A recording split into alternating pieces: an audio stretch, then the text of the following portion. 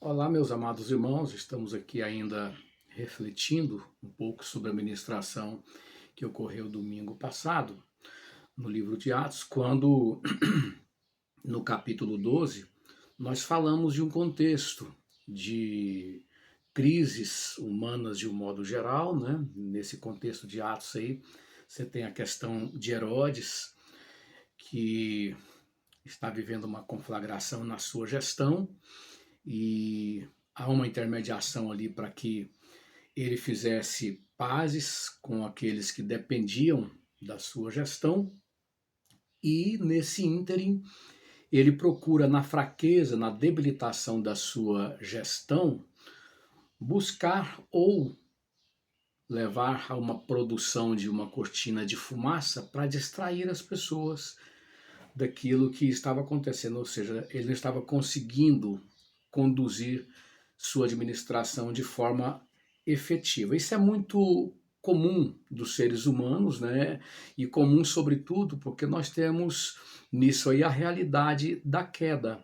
As pessoas não resolvidas na sua relação com Deus, elas não conseguem dizer para si próprias a que vieram e o que fazerem com as situações ao seu redor.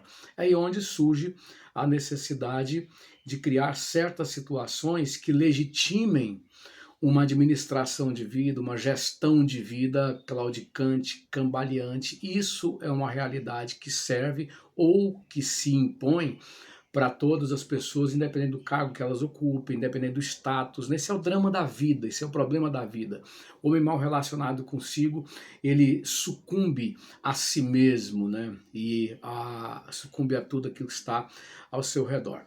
Então, Herodes, ele procura politicamente agir ali, ele prende Tiago, esse Tiago, que é irmão de João também, que está ali no livro de Mateus, capítulo 20, né? Aquele Tiago que diz que poderia sim tomar do cálice que Jesus havia bebido, e está se cumprindo. Tiago vai morrer agora nesse comprometimento com a única causa que existe de justa, que é a causa do Evangelho, né? E Tiago é morto como o primeiro apóstolo a ser martirizado. Então, na sequência das situações, das crises que estão ali nesses dois capítulos, capítulo 11 e o capítulo 12 de Atos, eu repito, crises bem inerentes ao problema da humanidade mesmo, né? Você percebe que há pessoas que estão caminhando e sendo vencedoras numa perspectiva que o mundo não pode compreender. Como é que é ser vencedor se a pessoa está sendo morta à espada, como Tiago, o primeiro apóstolo, né? Não confundir com Estevão, o primeiro mártir, mas Estevão não era apóstolo. Então, como é que é? Ele está sendo vencedor, o povo de Deus está sendo vencedor, mas está morrendo, né? Que perspectiva louca de vitória é essa? E a gente precisa entender que esta perspectiva ela resulta de uma formação singular ou exclusiva daqueles que se converteram verdadeiramente ao único Deus, essa conversão ao único Deus e a palavra do único Deus. No capítulo 11, versículos 15 e seguintes, Pedro ele é chamado para evangelizar para a família de italianos, a família de Cornélio, né, centurião romano. E o que está escrito ali é que essas pessoas, diante da palavra exposta, essas pessoas são alcançadas pelo poder de Deus, pelo Espírito de Deus. É essa experiência real do encontro com Deus que leva as pessoas a uma perspectiva, a um conceito de vitória, de ganho, de definição de propósito de vida, que fora do encontro com Deus não é possível ser alcançada. É com esta experiência com Deus que os santos ao longo da história mostraram o real propósito da vida, o real propósito de existir. Aí você, ainda pensando na ênfase que o livro de Atos dá para a palavra, você vê ali no capítulo 12, que foi ministrado domingo, que no versículo 21 e seguintes, diz que crescia a palavra, Atos 12, 21, e crescia a palavra, mas crescia a palavra e se espalhava em meio ao quê? Em meio às crises intensas desse mundo, em meio aos conflitos, em meio à morte de Herodes, que achava que tinha o controle de tudo e agora está sendo ali comido, devorado de bichos. Crescia a palavra de Deus, prosperava, enquanto que todos os outros projetos, ou melhor, enquanto que o projeto do homem natural, do homem sem Deus, fracassara.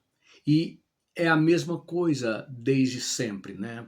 A pergunta que nós temos que fazer nesse contexto em que o evangelho está sendo desafiado no século XXI mais do que nunca, é se eu estou vivendo esta experiência real com o Deus da palavra e com a palavra de Deus. Aí eu pergunto para dois perfis de pessoas. Você, que ainda não teve encontro real com o Deus da palavra e com a palavra de Deus, e você que teve esse encontro, mas não está conseguindo se resolver quanto ao propósito da vida, né? Porque há pessoas que tiveram esse encontro, mas elas deixaram de lado o compromisso, deixaram o primeiro amor.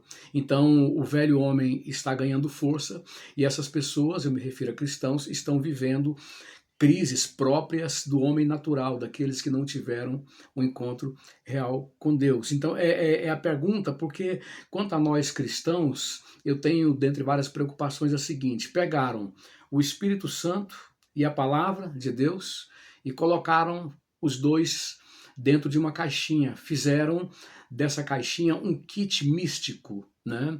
E quando eles querem, eles usam o Espírito Santo para se batizarem, para falarem em línguas muito estranhas, né? Para terem revelações pessoais, particulares, né? Eles usam a palavra também para interpretarem de acordo com suas conveniências, né? E nesse sentido, essas pessoas, elas estão na mesma condição daqueles que nunca tiveram encontro real com Cristo. A bem da verdade, muitas delas também nunca tiveram encontro real com Cristo, né? E algumas que tiveram passaram a distorcer a palavra de Deus e o Espírito Santo. Que nós possamos focar nesse comprometimento de entrega cada vez maior ao Deus da palavra e à palavra de Deus, para que em toda e qualquer conjuntura, situação, circunstância, nós possamos viver uma vida de fato vitoriosa, que é consequência desse comprometimento com o Deus da palavra e com a palavra de Deus. Deus te abençoe.